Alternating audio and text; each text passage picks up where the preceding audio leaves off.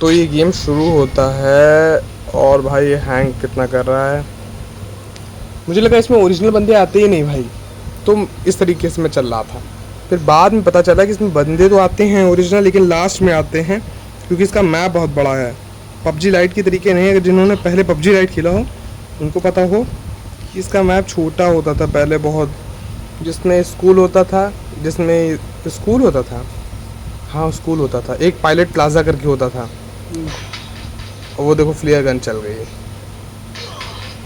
ये मैं टहल रहा है, तो इस गेम में बस इतना ही होता है कि यहाँ से निकलते हैं और मुझे लगता है कि ओरिजिनल बंदे नहीं है, बट एक्चुअली में ओरिजिनल बंदे होते हैं और आखिरी में मैं मारा जाता हूँ।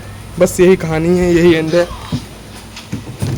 सुना है नीट का पेपर भी लीक हो गया है भाई, तो अब ई का मतलब है कि नीट के चेयरमैन को डायपर पहन लेना चाहिए, क्योंकि वो हर बार लीकेज कर देता है, हर बार।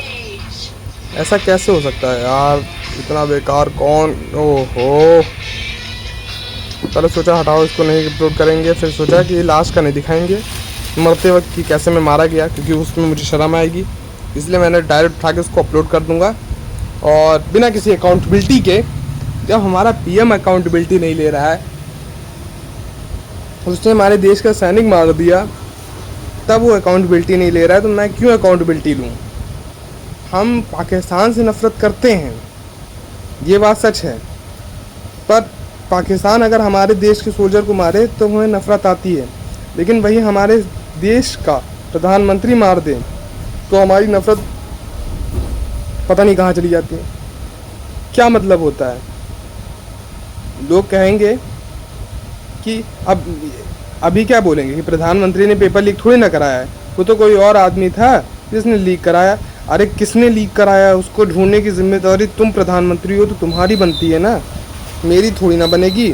पर हमारे प्रधानमंत्री को तो अकाउंटेबिलिटी ही नहीं लेनी, वो कह रहा हाँ जाओ कराया है, जो उखाड़ना हो उखाड़ लो, ठीक है। बाकी के अब तक तो भाई एजुकेशन मिनिस्टर रिज़ाइन कर देता अगर एक इज्जतदार होता तो, पर हमारे यहाँ कौन सा इज्जतदार पीएम, कौन सा इज्जतदार सीएम। हमारे देश में 10 में से, अच्छा एक बात बताओ, हम 10 लोग हैं, उसमें हमें ये बताया जा रहा है कि वो जो 2 लोग हैं वो ख़तरनाक है, उनसे बच के रहना है। हम 10 लोग में से 8 लोग मिलके उन 2 लोगों को नहीं रोक पा रहे हैं, ये बात है, और हमें उनसे खतरा है। मैं इन 2 लोगों की बात समझ रहा हूँ ना, किसकी कर रहा हूँ, मुसलमान की, उनके खिलाफ़ ये लोग नफ़रत फैला रहे हैं, उनकी बात कर रहा हूँ। कितनी मजाक की बात है। अगर आप अभी भी देखो तो 20% भी नहीं है वो लोग, ठीक है।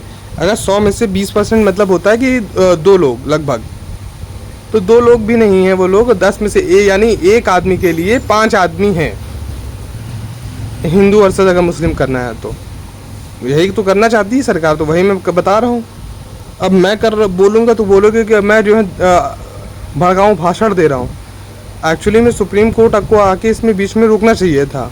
सुप्रीम कोई भड़काऊ भाषण दे के इलेक्शन नहीं जीत सकता, संविधान में लिखा है। संविधान में ये भी लिखा है कि सुप्रीम कोर्ट अपनी पावर का मिसयूज़ नहीं कर सकता। बट क्या ये सच में हो रहा है? मुझे तो मजाक लगता है ये सब। खैर छोड़ो, ये मैं इसलिए बता रहा हूँ गेम के माध्यम से कि अरे भाई गेमिंग पे ध्यान देना, गेमिंग में भी तू अच्छा नहीं है, ज्ञान भी तू दे रहा है।